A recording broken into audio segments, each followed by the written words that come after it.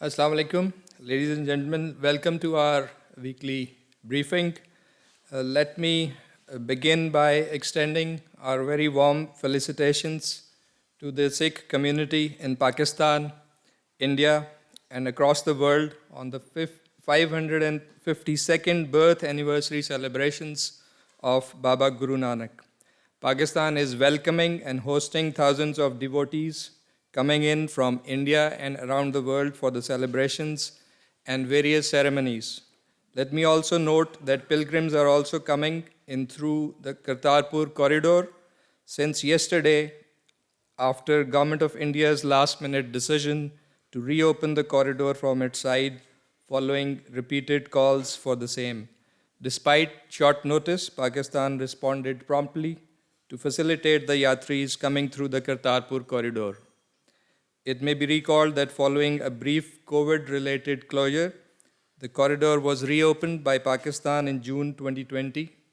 India, on the other hand, had kept the corridor closed for about 20 months despite resumption of international travel and opening of religious places in India. Besides the Kartarpur corridor, pilgrims from India are also coming through the Wagah border. Similarly, large number of pilgrims are coming from many other countries. During their stay in Pakistan, they will pay obeisance at different gurdwaras, including Gurdwara Janam Asthan in Nankana Sahib and Gurdwara Darbar Sahib in Kartarpur. In addition to issuance of visas by our High Commission in New Delhi and other embassies, a series of activities has been organized from 17th to 26th November to commemorate the sacred event. We hope all our guests will enjoy the traditional warmth and trademark Pakistani hospitality, and we wish all of them a spiritually rewarding yatra. On the bilateral front, let me note that 11th round of political consultations between Pakistan and Switzerland was held in Islamabad on 12th November. Ambassador Nageli, who led the Swiss delegation, also called on Foreign Secretary Suhail Mahmood. The Foreign Secretary also received Permanent Secretary Matthew Rycroft of UK Home Office during the week.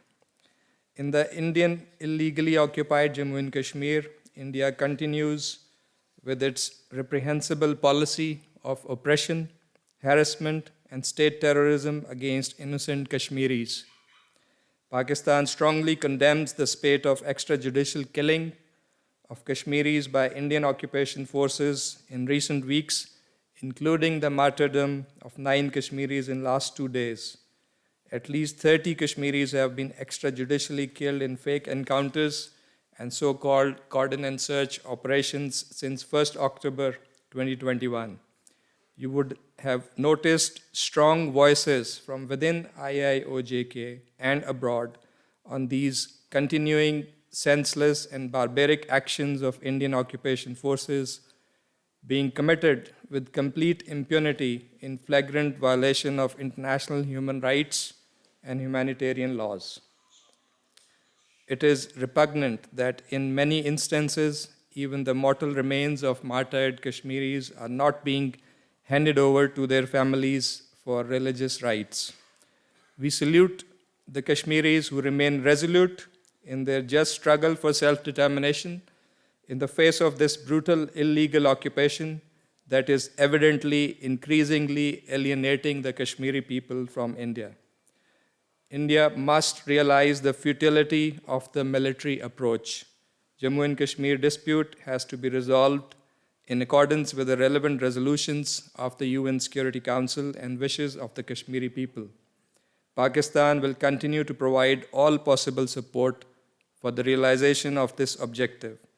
We are also deeply concerned by the rising trend of violence against minorities, particularly Muslims, in India and the increasing constraints on religious freedom. Pakistan condemns the restrictions imposed on offering Friday prayers, vandalization of mosques, attacks against Muslims offering prayers, and sacrilege of Muslim places of worship. detention of hundreds of activists under draconian laws for raising voice against widespread human rights violations of minorities in India has attracted global attention.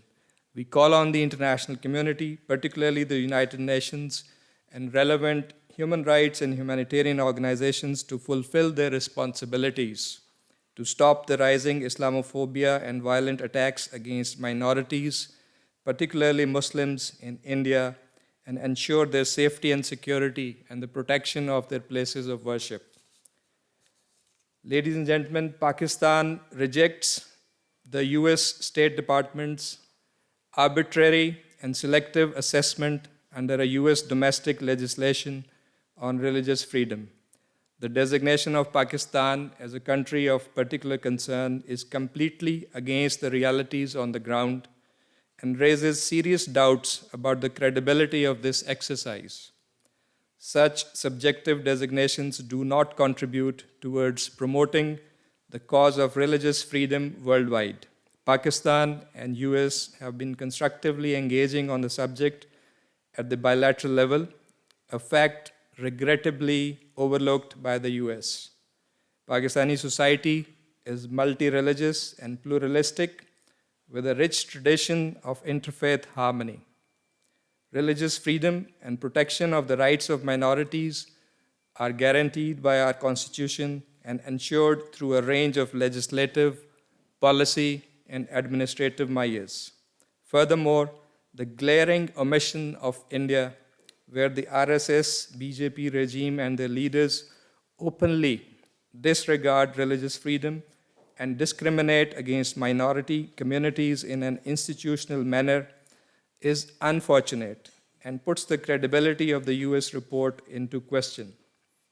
State complicity in organized violence against the Muslim minority in India is a matter of record.